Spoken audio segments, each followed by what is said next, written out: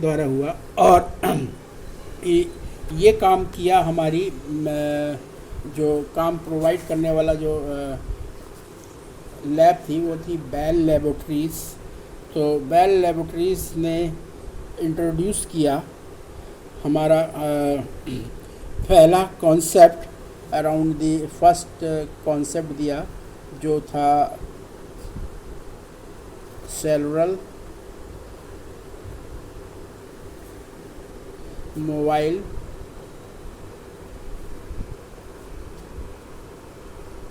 System.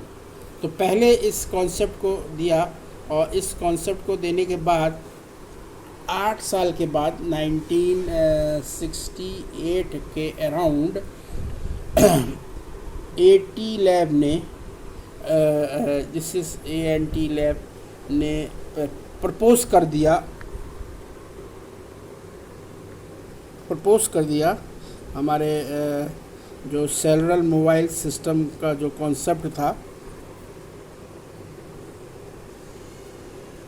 इस concept को propose कर दिया, सेलुलर कॉन्सेप्ट मोबाइल सिस्टम।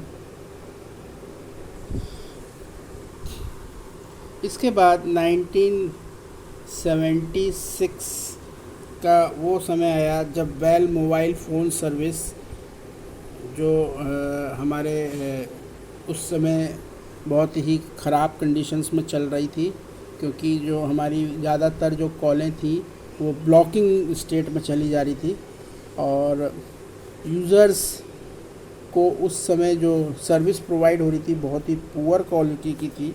ये ईरा एक तरीके से कहिए कि अपने शुरुआती दौर में था और ये जो फिनोमेना हो रहा था ड्यू टू कॉल ब्लॉकिंग की वजह से हो रहा था, कॉल ब्लॉक हो जा रही थी।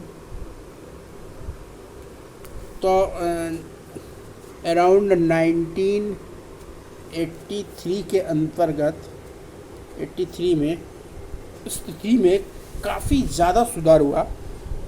अब पहली बार एडवांस मोबाइल फ़ोन सिस्टम्स आए, क्योंकि इंटीग्रेटेड सर्किट और तमाम हमारे चीज़ों में बहुत तेज़ी से चेंजेस आने लगे। हमारे जो रेडियोस थे, सिग्नल्स थे, रेडियो जो हमारे एंटीनास थे उसमें भी काफ़ी चेंजेस आया।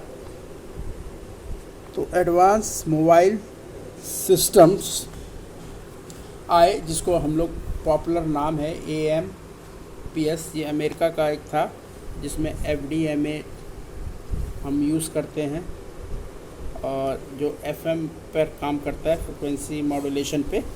फिर 1991 में स्थिति में और सुधार हुआ और बेहतर हुई। US के अंदर first time digital cellular system आया और ये सेलुलर सिस्टम उसके अपने ही स्टैंडर्ड पे था, IS 54 पे, और जो वर्क करता था जिसमें इस चीज़ ने जो सबसे ज़्यादा इफ़ेक्ट डाला वो था TDMA, time division multiple access, और डिजिटलाइज हो गया।